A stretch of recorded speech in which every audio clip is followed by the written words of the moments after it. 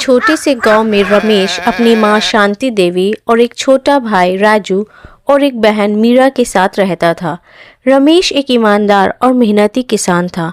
घर की सारी जिम्मेदारियां उसके ऊपर थी, इसलिए रमेश शादी नहीं करना चाहता था। लेकिन उसकी माँ ने शीला नाम की एक लड़की से उसकी शादी कर दी।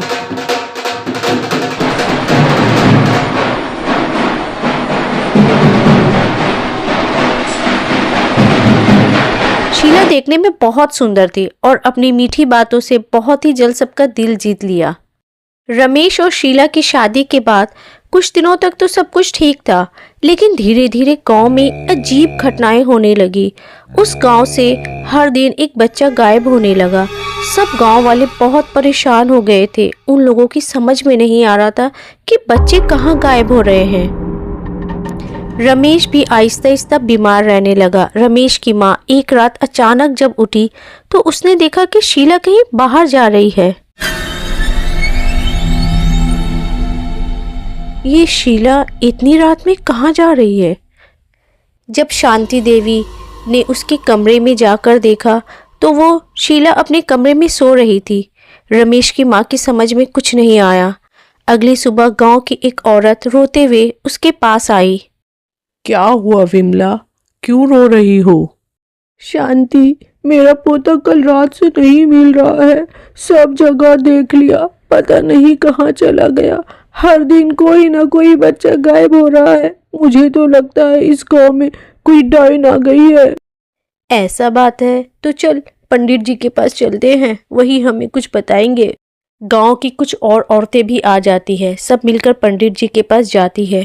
पंडित जी, कुछ समझ में नहीं आ रहा है, हमारे बच्चे कहाँ गायब हो रहे हैं। इस गांव में कोई चुड़ैल है और वो हमारे बीच ही है। वही सारे बच्चे ले जा रही है।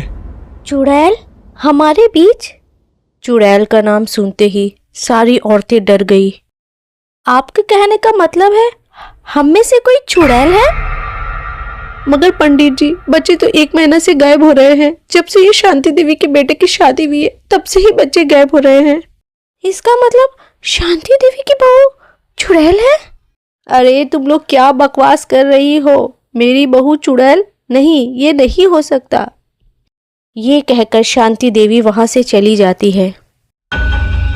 एक रात मीरा ने देखा कि उसकी भाभी अंधेरे में घर के कोने में खड़ी होकर कुछ मंत्र बोल रही थी। उसकी आंखें चमक रही थी और चेहरा एकदम अलग लग रहा था।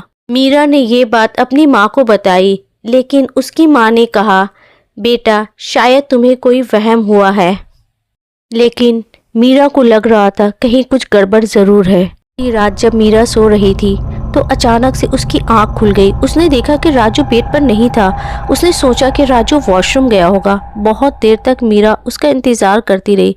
जब राजू नहीं आया तो मीरा उसे पूरे घर में ढूंढने लगी, लेकिन राजू कहीं नहीं था। मीरा डर गई और अपनी माँ के पास गई। माँ, राजू घर पर नहीं है। अरे बेटा, वॉशरूम गया होगा। नहीं नहीं माँ, मैंने सब जगह देखा, वो कहीं नहीं है। क्या कहीं राजू को भी तो वो चुड़ैल तो नहीं ले गई? चल बेटा, रमेश के पास चल। जब दोनों रमेश के कमरे में आते हैं तो शीला भी रूम पे नहीं होती है। वो लोग रमेश को उठाते हैं। रमेश, राजू नहीं है और शीला भी नहीं है। बेटा कहीं शीला ही तो चुड़ैल नहीं है। वो तो राजू को लेकर नहीं गई। गांव की औरतें कहीं ठीक तो नहीं बोल रही थी। माँ शांत हो जाओ माँ, कुछ नहीं हुआ है। शीला होगी यहीं, देखते हैं। नहीं रमेश चल, पंडित के पास चलते हैं, पंडित जी के पास चलते हैं। वो चुड़ैल राजू को ले गई। वो लोग जैसे ही रूम से निकलते हैं शीला खड़ी होती है। तुम कहाँ थी? तो किचन में थी, पानी पीने गई थी। क्यों, क्या हुआ?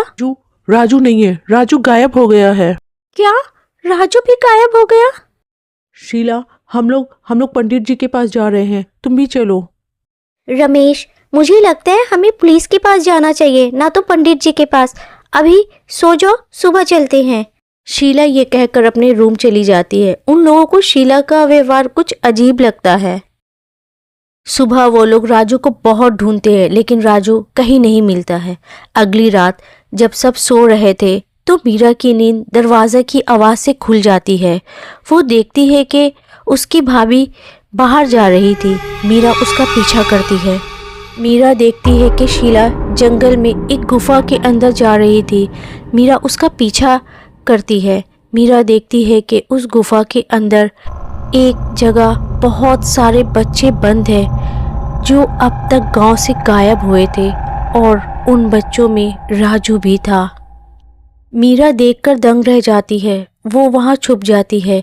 मीरा देखती है कि शीला एक चुड़ैल में बदल गई और एक और भूत भी वहाँ आता है। शीला कहती है, इन सब बच्चों की बलि देकर हम दोनों हमेशा के लिए अमर हो जाएंगे। भूत कहता है, लेकिन अभी एक बच्चा कम है, हमें पूरा 10 बच्चे की बलि देनी होगी, तब जाके हम अमर होंगे। तुम इसकी फिक्र मत करो, मैं कल रमेश की बहन को भी ले आऊंगी, 10 बच्चे हो जाएंगे। ये कहकर दोनों हंसने लगते हैं। मीरा ये सब देखकर बहुत डर जाती है, लेकिन हिम्मत करके वो वहां से भाग आती है और घर आकर सारी बात अपनी माँ और रमेश को बताती है। सुबह वो लोग पंडित जी के पास जाते हैं और सारी बात बताते हैं। पंडित जी कहते हैं, शीला एक चुड़ैल है जो इंसान के रूप में रहती है और वो भूत उसका पति है। वो 10 बच्चों की बलि देना चाहते हैं ताकि वो दोनों अमर हो सके।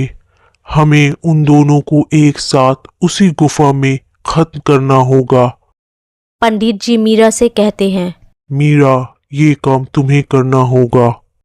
पंडित जी ने उन्हें कुछ विभूति और मंत्र दिया जो शीला को खत्म कर सकता था, लेकिन उन्होंने चेतावनी दी। शीला और भूत को खत्म करने के लिए बहुत हिम्मत और समझ की जरूरत होगी। तुम्हें सूझबूझ से काम लेना होगा। ये लो, ये माला पहन लो। जब कल रात शीला तुम्हें लेने आएगी तो तुम इस माला की वजह से वो तुम्हें अपने वश में नहीं कर पाएगी। तुम उसके साथ चली जाना। जब वो और भूत दोनों साथ होंगे तो तुम ये मंत्र पढ़ते हुए ये विभूति दोनों के ऊपर डाल देना, दोनों खत्म हो जाएंगे। जब राज शीला मीरा को लेने आती है तो मीरा उसके वश में होने की एक्टिंग करने लगती है और उसके साथ चलने लगती है। जब वो उसे गुफा लेकर जाती है तो वो चुड़ैल में बदल जाती है, और जैसे ही वो भूत वहां आया और दोनों एक जगह खड़े होकर बात करने लगे, मीरा मंत्र पढ़ते हुए वो विभूति को दोनों के ऊपर फेंक देती है। दोनों चिल्लाने लगते हैं